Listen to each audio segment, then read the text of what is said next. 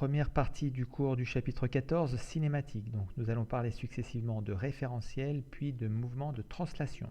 C'est parti. Allez, grand 1, référentiel. Tout d'abord, on va apporter la simplification suivante. On va assimiler le mouvement d'un solide à celui d'un seul de ses points, son centre de masse. C'est le point qui concentrerait toute la masse du solide et on peut le confondre avec le centre de gravité.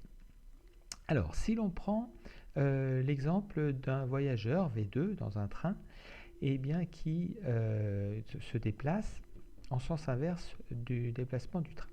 Alors, ce voyageur V2 n'a pas la même trajectoire et la même vitesse pour un observateur sur le quai de la gare et pour un voyageur assis dans le compartiment. Donc la trajectoire et la vitesse d'un solide dépendent du point d'observation choisi. Voilà.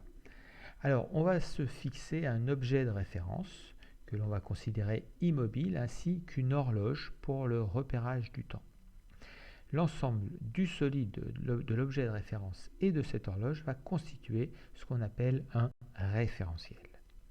Et parmi les différents référentiels, il y en a un très important, c'est le référentiel terrestre. Lorsque le solide est fixe par rapport à la surface de la Terre, c'est que l'on se place dans le référentiel terrestre.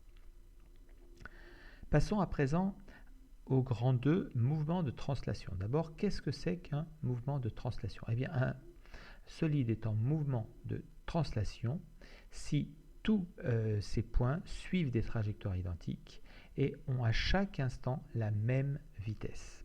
Voilà. Donc, tout segment d'un solide en translation restera parallèle à lui-même au cours du mouvement. Alors, il existe 3 types de mouvements de translation.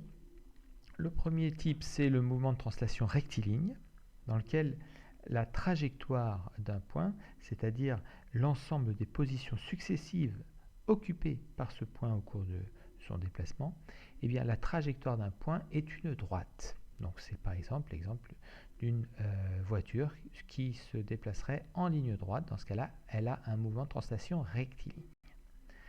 Deuxième type de mouvement de translation, c'est le mouvement de translation circulaire, dans lequel la trajectoire d'un point du solide, n'importe lequel, est un cercle. Et donc ça, c'est l'exemple de la grande roue, de la cabine d'une grande roue.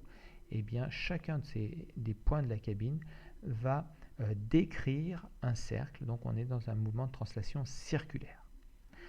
Enfin, dernier mouvement, c'est le mouvement de translation curviligne, dans lequel la trajectoire d'un point du solide suit une courbe qui n'est ni une droite ni un cercle.